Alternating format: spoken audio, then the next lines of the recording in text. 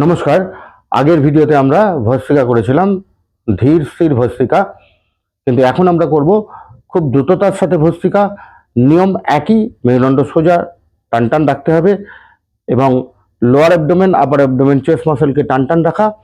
প্রণাম মুদ্রা, হাতের অপোজিট প্রেশার থাকবে এবং এই প্রেশার রেখেই আমরা খুব হাই স্পিডে ভস্ত্রিকা করব 10 বার। স্টার্ট।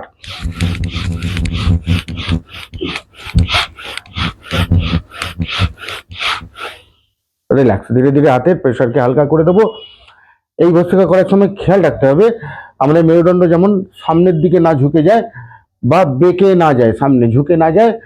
এবং এই যে হাত আমরা তুলছি, হাতটা টান টান তুলবে, উপরে উঠে যেন হাতটা কখনো যেন ফাঁক না হয়ে যায়, গ্যাপ না হয়ে যায় বা চাপ কমে না যায়, একদম চাপ রেখে করতে হবে। এই ভস্ত্রিকাটা আমরা করব কতবার?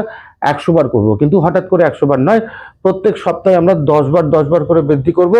এরকম করে করে ধীরে ধীরে আমরা 100তে গিয়ে এটা শেষ করব। অর্থাৎ রোজ আমরা 100 বার এই অভ্যাসটা করলে আমাদের শরীরের অনেক বেনিফিট হবে।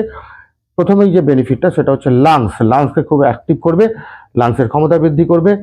লাংসের পাশাপাশি হার্টকে খুব স্ট্রং করবে, হেলদি করবে। তার পাশাপাশি কার্ডিওভাস্কুলার সেকশনকে খুব স্ট্রেংথ দেয়।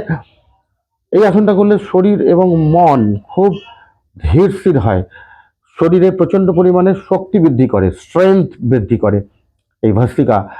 এবং এই ভস্ত্রিকার একটা লিমিটেশনও আছে।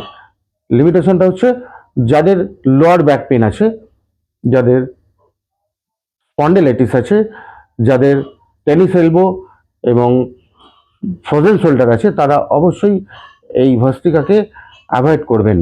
নিয়মিত 100 বার ভস্ত্রিকা করে দেখুন শরীর এবং মন কতটা ফিট হয় এবং শরীর কত স্ট্রেংথ বাড়ে।